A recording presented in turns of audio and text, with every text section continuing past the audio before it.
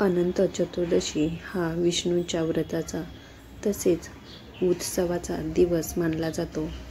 भाद्रपद शुद्ध चतुर्दशीला अनंत चतुर्दशी असे म्हणतात.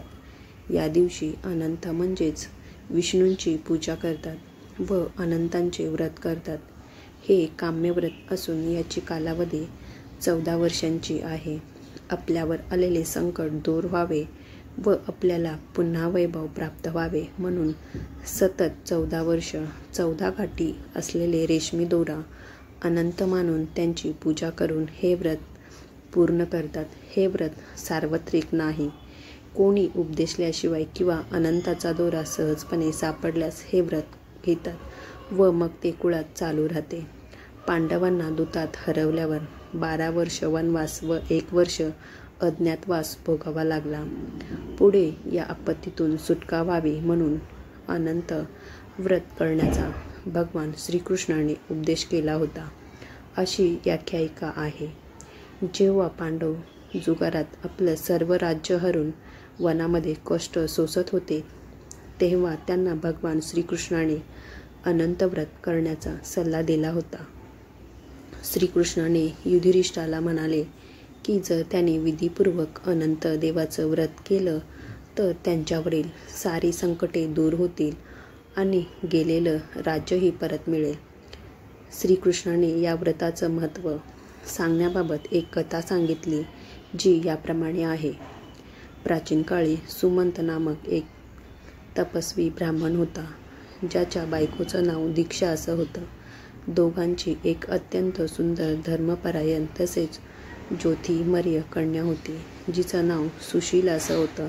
सुशीला जेव्हा मोठी झाली तेव्हा तिच्या आईचं म्हणजेच दीक्षाचं निधन झालं. पत्नीच्या मृत्यूनंतर सुमंतने कर्कशी नावाच्या स्त्रीशी दुसरा विवाह केला आणि सुशीलाचा विवाह सुमिंताने कौंडनीय ऋषीबरोबर लावून दिला.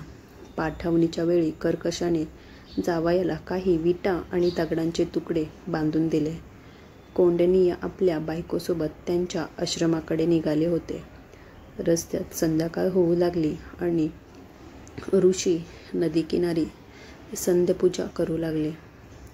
या दरम्यान सुशीलाने पाहिले की खूप महिला एकत्र येऊन कोणत्या तरी देवाची पूजा करत आहेत.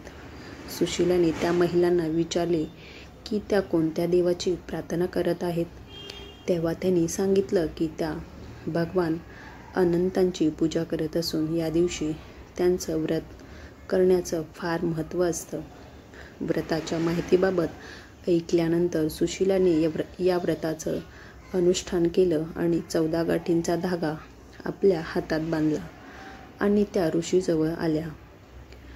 कौंडण्य यांनी तिच्या हातातील धाग्याबाबत विचारलं असता त्यांनी सर्व सांगितलं, पण ऋषीने हे मानण्यास साफ नकार दिला आणि तो पवित्र धागा काढून तो अग्नीत टाकून दिला. यानंतर त्यांची सर्व संपत्ती नष्ट झाली आणि ते दुःखी राहू लागले. या दारिद्र्याचं कारण त्यांनी आपल्या पत्नी सुशीला हिला विचारलं असता तिने अनंत देवाचा धागा जाळण्याची बाब सांगितली. पश्चाताप करत ऋषीने अनंत धाग्याच्या प्राप्तीसाठी वनात जायचं ठरवलं. जंगलामध्ये अनेक दिवस भटकून ते निराश होऊन जमिनीवर कोसळले.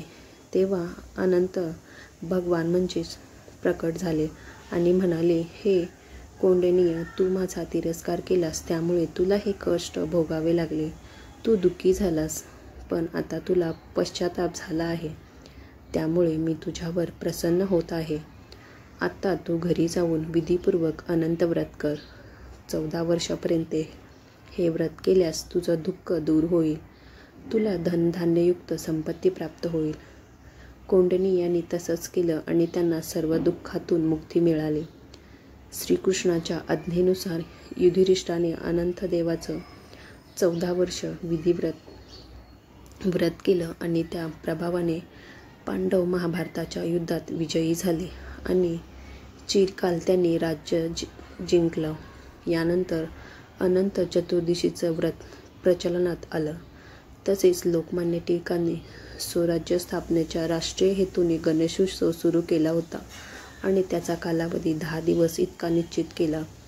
त्यानुसार अनंत चतुर्दशीला महाराष्ट्रात 10 दिवसांच्या गणपतीचे विसर्जनही करतात.